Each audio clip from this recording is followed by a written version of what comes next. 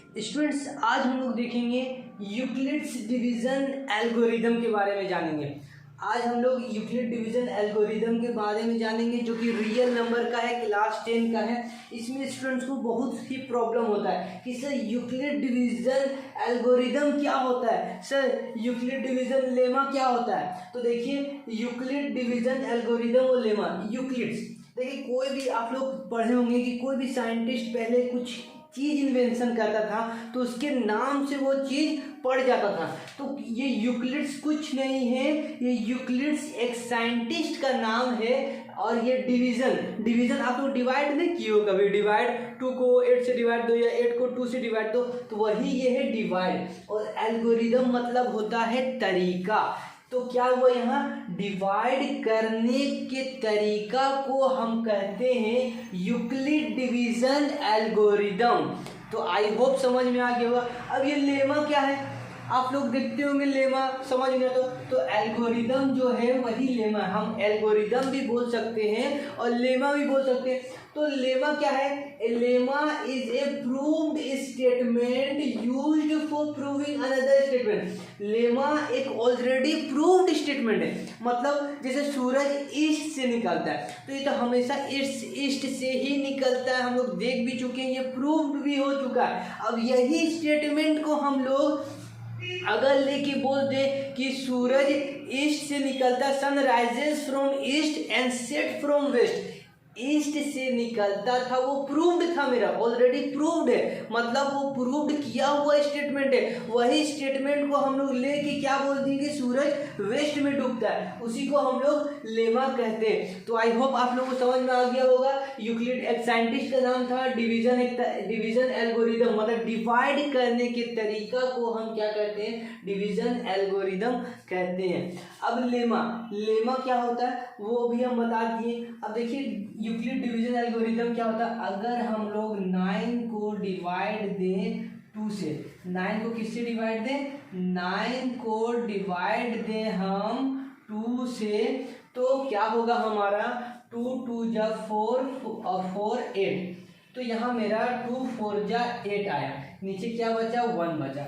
तो ये मेरा डिवाइड करने के तरीकों को हम लोग क्या कहते हैं, यूक्लिड डिवीजन एल्गोरिदम। ये तो सबको आता होगा, ठीक है। लेकिन यहाँ पे क्या है, इसको हम लोग क्या कहते हैं, 9 जो है हमारा, इसको हम लोग क्या कहते हैं, डिविडेंड कहते हैं, DIVIDEND,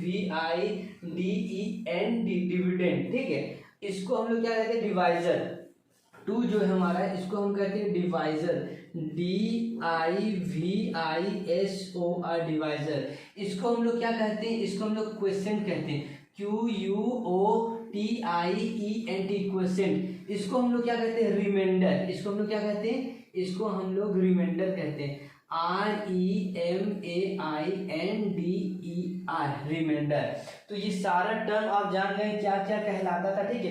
एक और चीज यहाँ पे जान लीजिए, ये कभी यहाँ पे आएगा, ये 2 से बड़ा नहीं होगा, 0 हो सकता है, ठीक है, 1 हो सकता है। यहाँ पे देखेंगे, यहाँ पे जो मेरा रहेगा, जैसे 2 है यहाँ पे, तो यहाँ जो आएगा हमेशा 2 से छोटा ही आएगा, बड़ा कभी नहीं आएगा। ये है यूक्लिड डिवीजन एल्गोरिदम। ये क्या होता है, यहाँ पे आप लोग देखे होंगे, एक क्या देखे होंगे, डिविडेंड। क्या होगा, dividend, DIVIDEND, dividend is equal to, dividend का स्पेलिंग आप लोग देख लीजिएगा, dividend is equal to divisor, DIVISOR, divisor, into quotient, QUOTIENT, quotient, is plus remainder, REMAINDER, reminder.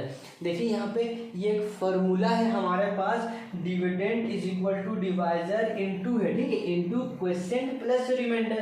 तो यहाँ पे इससे हमको क्या प्रूव होगा, डिविडेंड मेरा कितना है, 9 है। अगर यहाँ हम 9 बैठाएं इज इक्वल टू डिवाइजर मेरा कितना है, डिवाइजर जो है मेरा 2 है, इनटू क्वेश्चन कितना है, क्वेश्चन मेरा 4 है, और प्लस प्लस रिमाइंडर मेरा कितना है, रिमाइंडर 1 है। इसको जब हम करेंगे तो 9 इज इक्वल टू 9, मतलब LHS is equal to RHS आ जाएगा। तो ये फॉर्मूला दिया हुआ है, इसमें से कोई भी चीज़ आपको फाइंड करने के लिए दे सकता है। 2 चीज़ 3 1 2 3 चीज़ दिया हुआ रहेगा, एक चीज़ गैप कर देगा यहाँ पे और उसको बोलेगा फाइंड करो। तो यहाँ पे हम लोग जान गए कि यही सबको हम क्या कहते हैं, यही सबको हम कहते हैं यूक्लिड डिवीजन एल्गोरिदम और लेमा। अब हम लोग सीखेंगे यहाँ पे यूक्लिड डिवीजन से HCF निकालने और LCM निकालने के लिए सीखेंगे। तो ये आप लोग स्क्रीनशॉट ले लें। अब यहाँ पे देखेंगे Euclid division long division method. अब यहाँ पे हम लोग क्या जानेंगे, Euclid division long division method से जानेंगे। अब हम लोग क्या जानेंगे, HCF निकालने जानेंगे। HCF मतलब आप लोग सुने होंगे HCF, हाईएस्ट कॉमन फैक्टर निकालेंगे।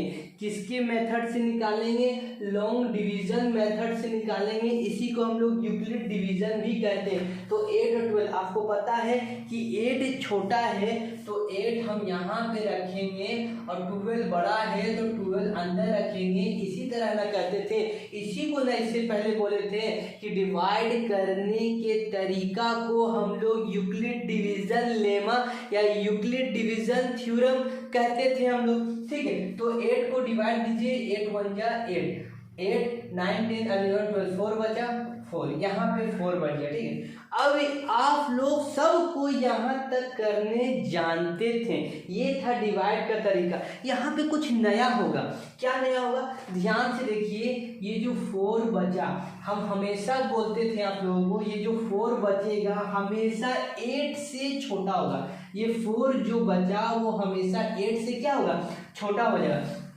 अब 8 जो है पूरा काट नहीं सका, पूरा काटा, 0 आया नहीं आया, तो अब क्या होगा, बोलेंगे कि 4 क्या करेगा, बोलेगा 4 कि हम तुमको डिवाइड देंगे। अब 8 जो है यहाँ आ जाएगा 4 से डिवाइड होने के लिए, ठीक है। 8 पूरा डिवाइड नहीं दे सका, इसलिए 8 यहाँ आ जाएगा। अच्छा ध्यान रखिए, जितना भी हम इसको सॉल्व करेंगे, जो बचेगा उसको यहाँ रहने देंगे, एक इस तरह से करेंगे और इस तरह से करेंगे, और यहाँ वाला जो रहेगा शुरू में उसको यहाँ करते जाएंगे जब तक नहीं 0 आएगा। ये प्रोसेस कंटिन्यू करते रहेंगे। अब 4 2 जा 8 आ गया, कट गया। तो जिससे कटा, किससे कटा, 4 से कटा, ये हमारा 4 क्या हो जाएगा, HCF हो जाएगा। 4 क्या हो गया हमारा, HCF। तो ये जो निकालने का तरीका था, ये लॉन्ग डिवीजन मेथड था इसको निकालने का, HCF निकालने का। तो आप लोग समझ में आ गया, डिवाइड करने जानते थे, बस एक स्टेप हम बढ़ा दिए, 4 को यहीं रहने दिए, 8 को उठा के यहाँ ले आए। तो जैसे अगर ये तो कट गया, नहीं कटेगा तो हम करते जाएंगे उसको, ठीक है।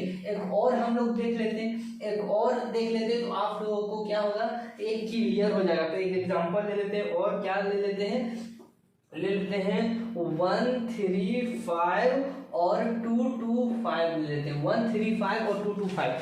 तो छोटा कौन है, ये है, तो छोटा ये है, तो इसको यहाँ रखेंगे 1 3 5 डिवाइडेड बाई 2 2 5, डिवाइड कर दी, ठीक है। इस तरह डिवाइड कर दी। क्यों इस तरह डिवाइड दी, क्योंकि बोल रहा है लॉन्ग डिवीजन मेथड से निकालने, यही लॉन्ग डिवीजन मेथड से निकालने।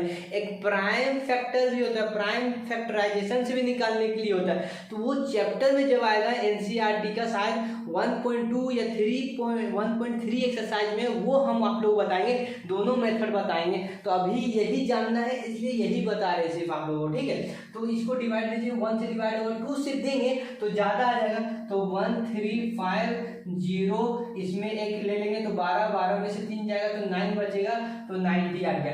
तो 90 आ गया, तो पूरा नहीं कटा ये। अब पूरा नहीं कटा तो हम क्या करेंगे, अभी बताए थे, इसको ऐसे करेंगे और ये वाला पार्ट यहाँ ले आएंगे।